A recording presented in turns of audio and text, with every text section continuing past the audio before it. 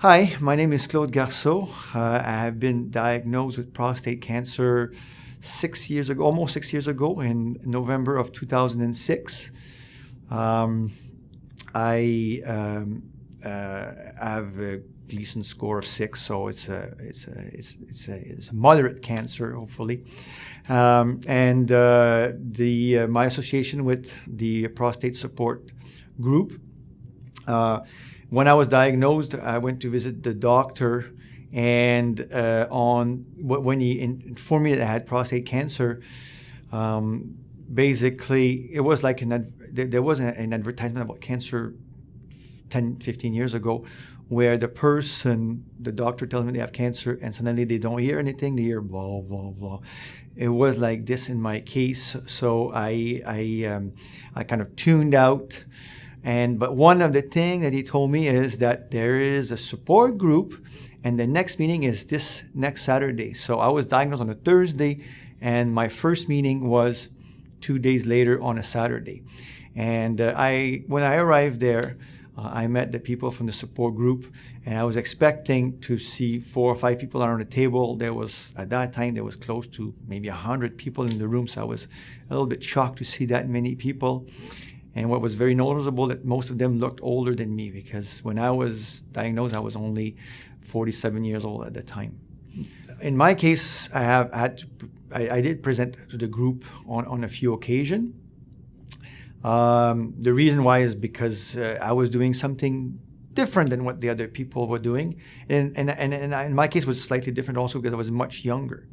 So when I first came to the meeting, the people that were doing active surveillance, they weren't really doing active surveillance. They were doing more like watchful waiting. This is for older people that expect to die from another reason, so therefore there's no need to intervene by doing an operation, and might even cause more problem to the health by doing an operation.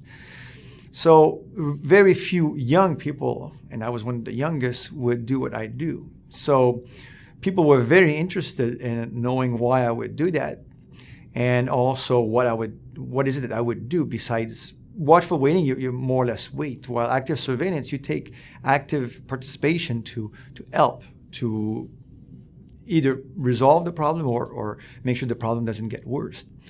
So in my case, that meant diet, that meant meditation, that meant exercise and things like this.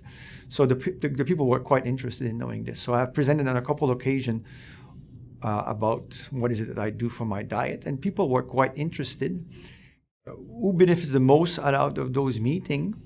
I would say the men that are newly diagnosed, and especially for the first 2 or 3 years, because after 2 years, when you go to meetings, sometimes the subject repeats itself, because the newly diagnosed people want to have a meeting on a subject that maybe you already have covered.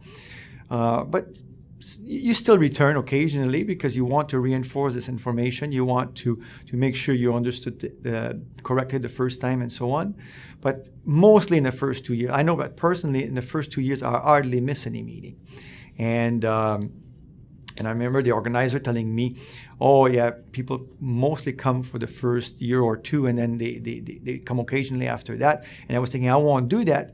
But then I was thinking, oh, in 30 years from now, I'll be the survivor in the back of the room, and I'll say I've attended every meeting for the last 30 years.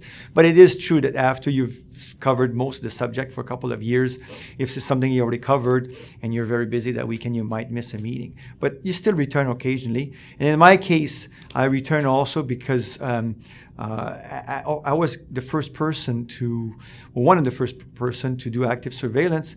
And when a person comes in, a newly diagnosed person comes in and want to talk to somebody with active surveillance, they refer them to me, and I talk to them. So I go for 2 purposes: to help other people also. So people helped me before, but now it's my turn to help some of the other people.